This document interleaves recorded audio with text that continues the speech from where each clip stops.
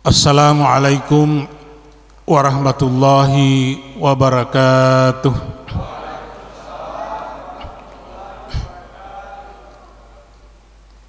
Alhamdulillahillazi ja'ala syahr Ramadan sahran aziman mubaraka.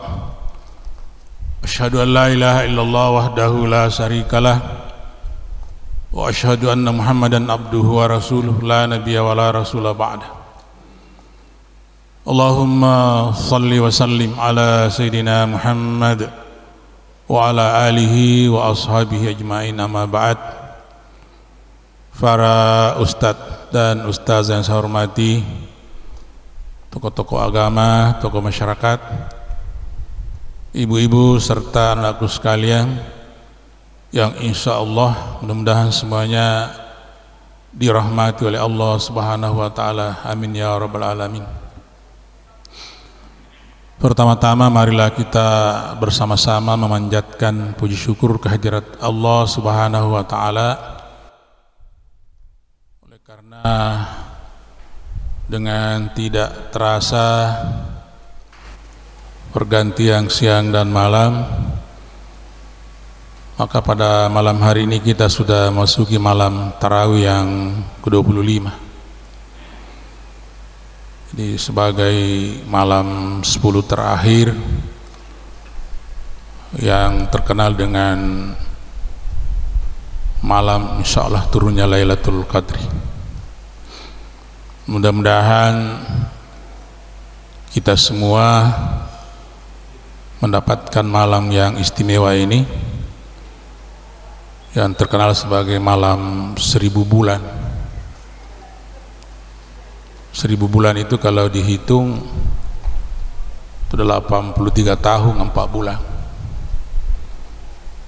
Jadi insya Allah dengan beramal bertepatan dengan malam Lailatul Qadar itu, apakah itu sholat atau sedekah ataukah zikir, baca Quran dan berbagai amal ibadah lainnya, kalau bertepatan dengan Lailatul Qadar, satu kali bersedekah 5.000 pada malam itu,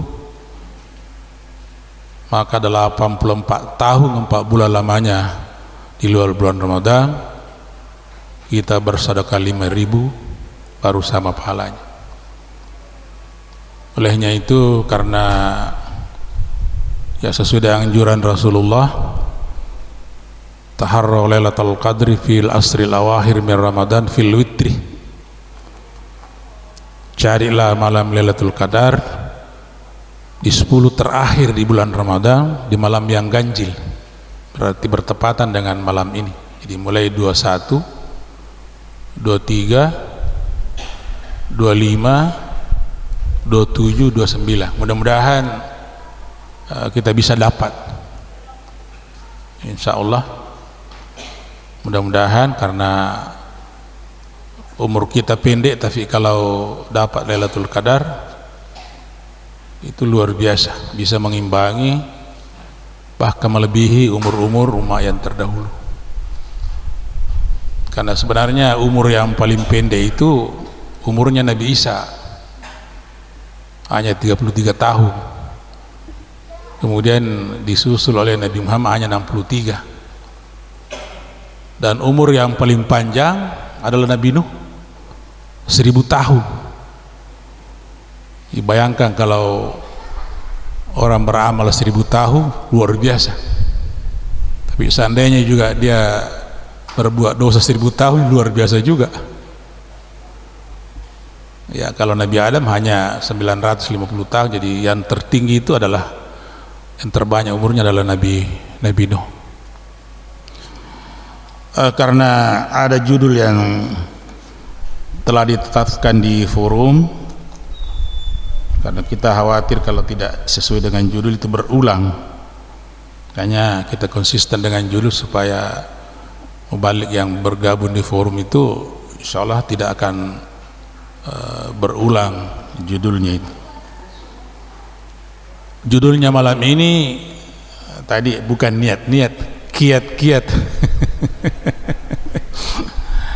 Ya mungkin tulisan saya tadi itu kelihatan seperti ya N, itu kiat untuk hidup berkah. Kiat itu artinya upaya-upaya, usaha-usaha atau ikhtiar agar kita hidup di dunia ini berkah. Jadi biasa ada istilah Jumat berkah. Makanya apa itu berkah? Jadi sebelum saya mengungkapkan apa langkah-langkah yang kita gunakan untuk bisa hidup berkah, karena terus terang kita berharap semuanya hidup kita ini adalah berkah. Apa gunanya harta yang banyak, pangkat yang tinggi, kalau ternyata hidup kita tidak diberkahi oleh Allah Subhanahu wa taala. Jadi ini berkah ini sebenarnya itu sumbernya dari, jadi yang berhak untuk memberi berkah secara hakiki itu adalah Allah Subhanahu wa taala.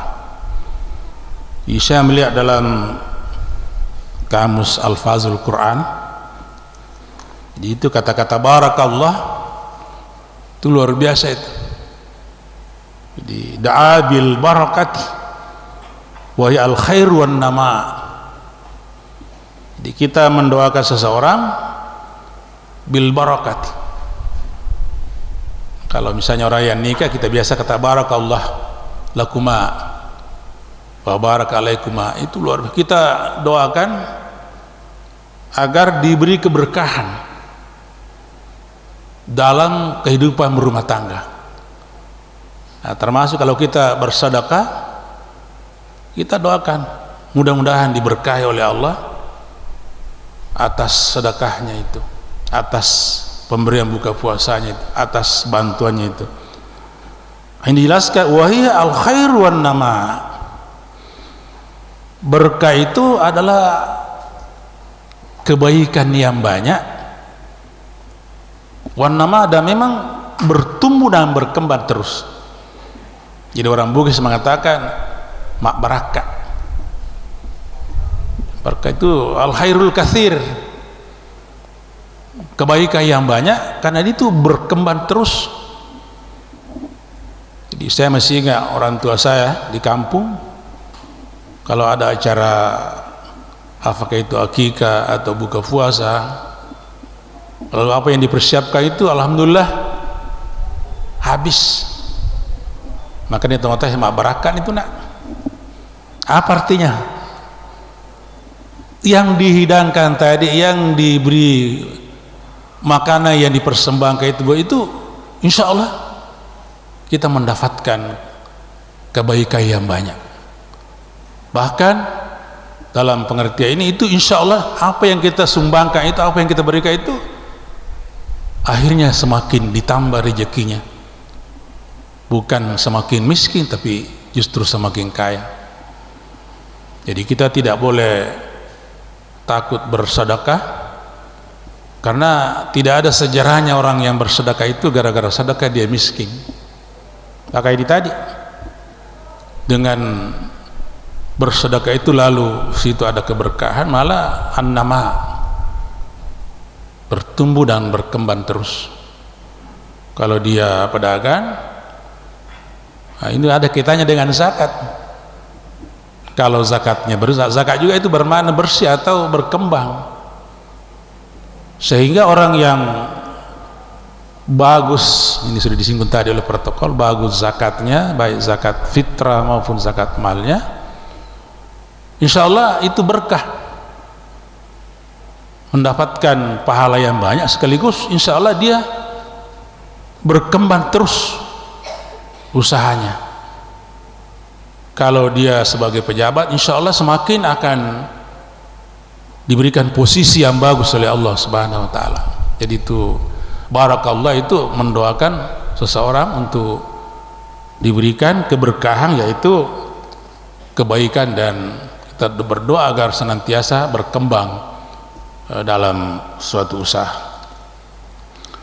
Bahkan dilanjutkan di sini, wazdadat barakatuhu, bertambah terus kebaikannya, wa takasurat ni'amahu, dia mendapatkan nikmat yang banyak. Nah, inilah bagaimana caranya bisa. Kan ini judulnya tadi, kiat-kiat untuk hidup berkah. Apa yang seharusnya kita lakukan supaya hidup kita ini berguna dan bahkan mendatangkan kemanfaatan, bahkan senantiasa ya anak-anak kita bertumbuh dan berkembang menjadi orang yang baik, menjadi yang saleh dan salihah. Sebab lawan daripada berkah itu ya bukan diberkahi tapi dimurkai oleh Allah. Jadi kalau hanya murkanya Allah, serba salah, angkat ini salah, angkat itu salah.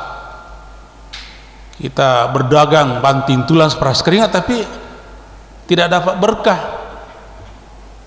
tidak punya manfaat bagi yang bersangkutan, malah dengan kaya itu hanya menjadi malapetaka. Nah, kalau memang tidak dikeluarkan sangat, termasuk orang yang tidak mensyukuri nikmat Allah itu.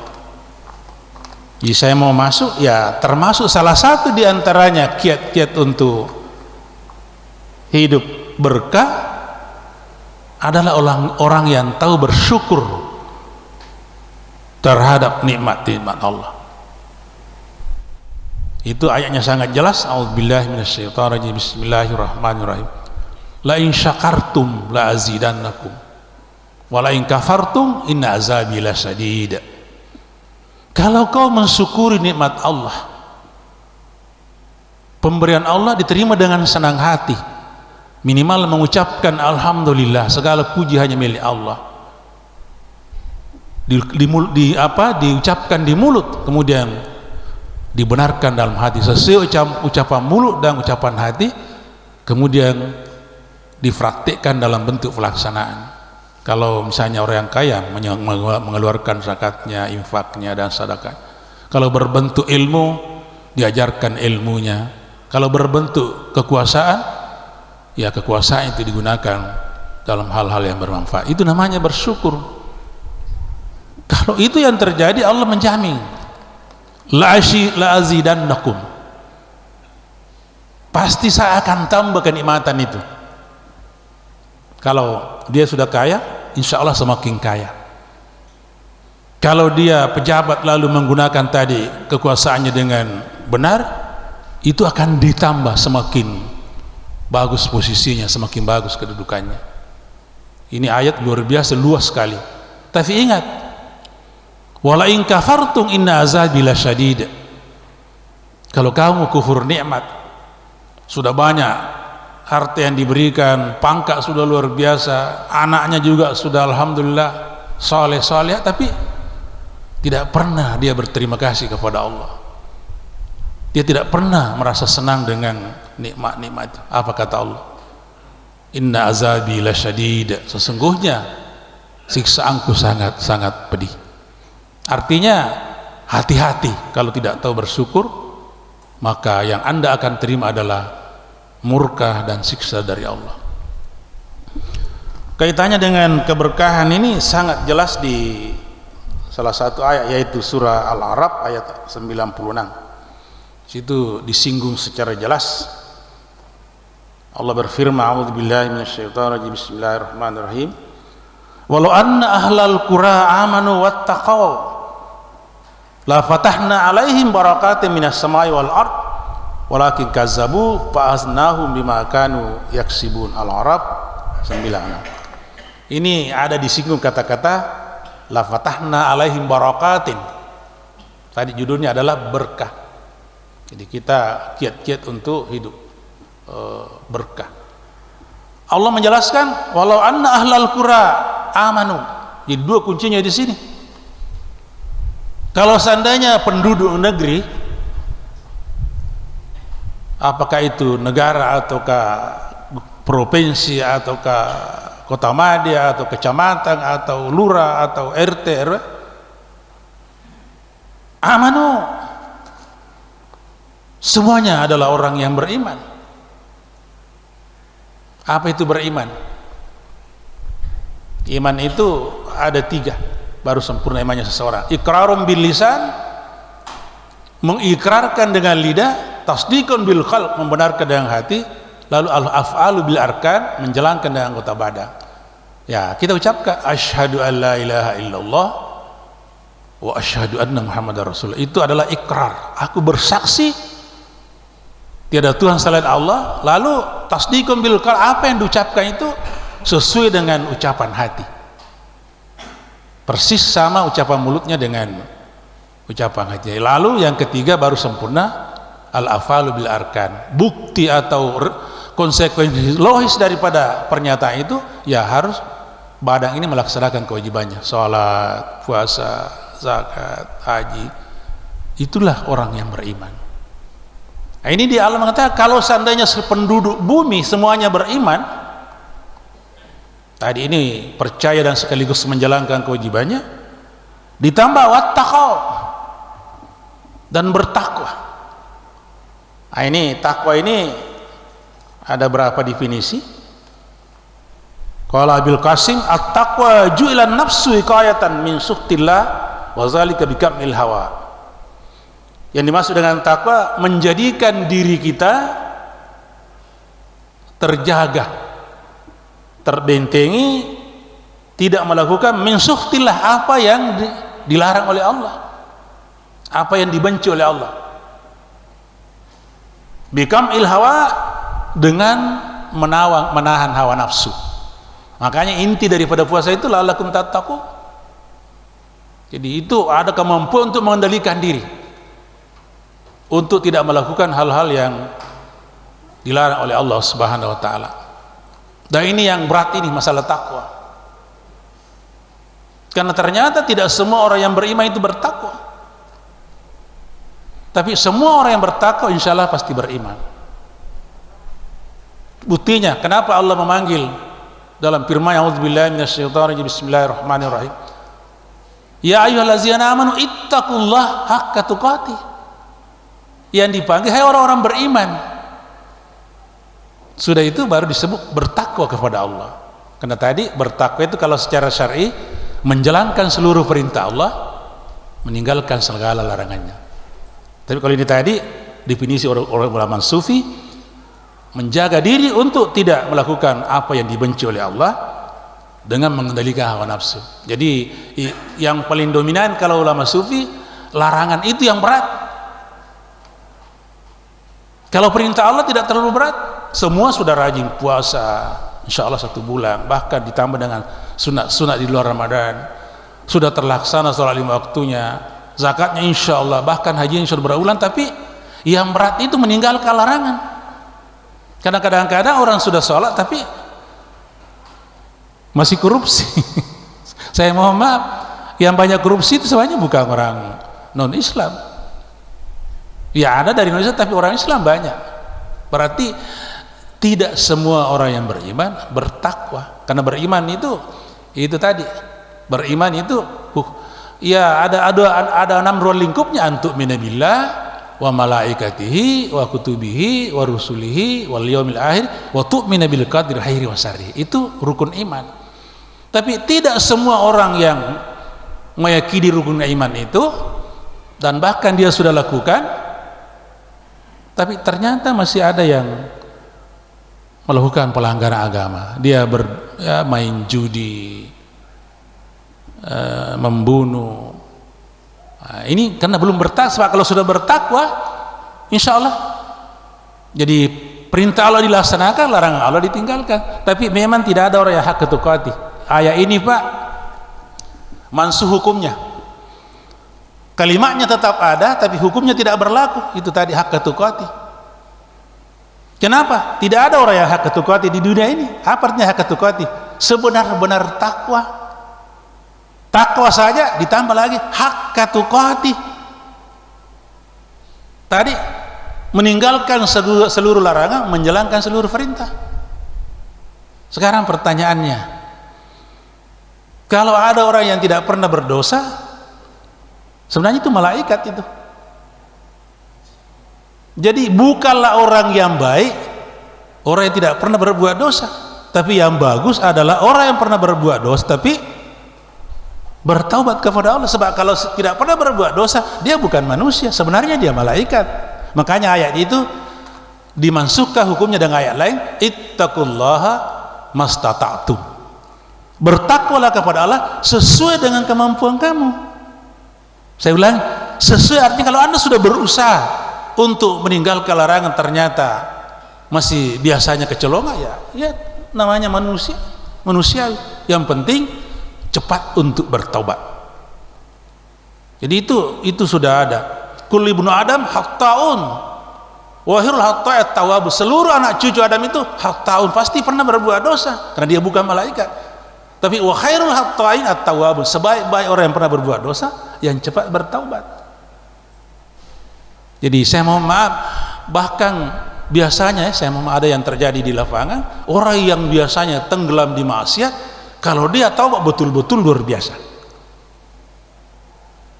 Tapi ini yang jarang berbuat dosa, kadang-kadang taubatnya tidak terlalu optimal. Ada teman saya bukan main waktunya peminum, pemabuk, bahkan maksiat dia lakukan, tapi persis dia sadar saya kalah. Ibadahnya luar biasa, baca Qur'annya luar biasa. Jadi jangan dipandang enteng orang yang sementara sekarang belum sadar. Kalau diberi petunjuk, jangan-jangan dia bisa lebih alim daripada kita. Nah itulah, karena ini perjalanan masih panjang. Itu ada hadis, innamal a'malu bi khawatimiha, sesungguhnya amal itu akan dinilai akhirnya. Maksudnya ini perjalanan masih panjang, jangan-jangan tadi ini peminum malah justru husnul khatimah, tapi ini tadi orang yang alim malah ujung-ujungnya adalah su'ul khatimah, berubah. Tapi ini tadi yang sering mabuk malah dapat hidayah, akhirnya menjadi. Artinya ini sengaja saya singgung itu karena kadang-kadang ada sebagian saudara kita kalau dia melihat ada orang situ tidak mau salah, akhirnya dia tidak mau dialog, tidak mau ngomong, padahal itulah yang seharusnya harus didekati untuk bisa diarahkan. Karena kita waktunya, jadi saya ulangi. Kemudian kiat yang lain ini sebelum saya tutup, kalau mau hidupnya adalah berkah, ada petunjuk di sini. Ayatnya tadi saya di sini singgung tuh, ya ayuhan nas kulu mimma fil ardi halalan thayyibah, itu kuncinya. Hai manusia, jadi bukan dipanggil hai orang beriman, hai manusia, berarti termasuk orang yang beriman dan tidak. Kulu mimma fil ardi, makanlah apa yang ada di bumi halalan, yang halal lagi baik, insya Allah hidup anda berkah. Insya Allah disinggung dalam hadis, saya tidak bukan waktu singkat. Makanannya halal, minumannya halal, pakaiannya halal, semuanya adalah halal, maka yang bersangkutan insya Allah pasti hidupnya berkah, pasti hidupnya betul-betul penuh dengan kebaikan, dan insya Allah akan semakin ditambah dan ditambah nikmat Allah kepadanya. Inilah yang sempat saya sampaikan karena kita mau tarawih. Jadi memang kita hanya diingatkan ceramah itu kalau malam, apalagi tiap malam 15 menit paling lama, karena kalau terlalu lama ini kan akhirnya jamaahnya bosan juga kan tiap malam, apalagi kita mau tarawih. Saya akhiri, wabillahi taufiq wal hidayah. Assalamualaikum warahmatullahi wabarakatuh.